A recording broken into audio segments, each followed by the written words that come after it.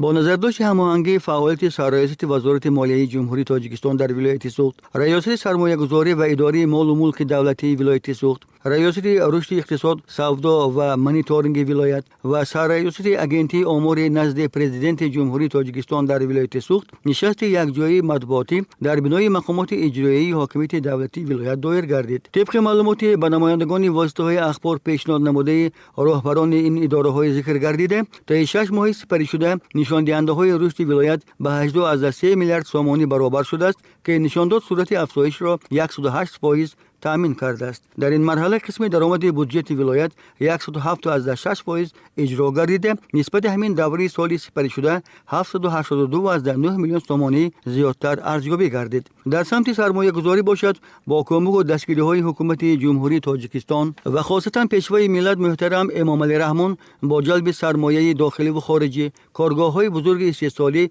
با تکنیک و تکنولوژی معاصر قامت افراخته ایستادند. مخصوصا با مبلغ گذاری صاحبکاران وطنی بنیاد و به میدان فعالیت برآمدن کارخانه و کارگاه‌های نوی استثماری که فراگیر سمت‌های صنعت و کشاورزی و دیگر کار و خدمات رسانی میباشند، باعث افتخار از دولت و دولتداری میگردد. همزمان ذکر گردید که مقامات اجرایی حاکمیت دولتی ولایت با مقصد رشد استوار اقتصادیات، بلند برداشتن سطح نیک‌احوالی مردم، تأسیس کارخانه کارگاه‌های نو، دستگیری دولتی صاحبکاری، رشد سودای داخلی و خارجی و امثال آن چاره‌های ضروره را راه‌اندازی می‌نماید. بعد تحلیل و بررسی معلومات پیشنهاد گردیده، نمایندگان واسطه‌های اخبار به سوال و مسئله‌های مراغ ظاهر کردهشان که فراگیر سمت‌های مختلف فعالیت این 4 مقامات دولتی بود، پاسخ مشخص گرفتند. توجه روزنامه‌نگاران به معلومات‌های آماری، واردات و صادرات مال و محصولات، تکنیک و تکنولوژی‌ها، مبلغ‌گذاری بودجتی به دور ولایتی، آزمون‌های با نفوذ جمهوری، هوسمندی آموزگاران فعال،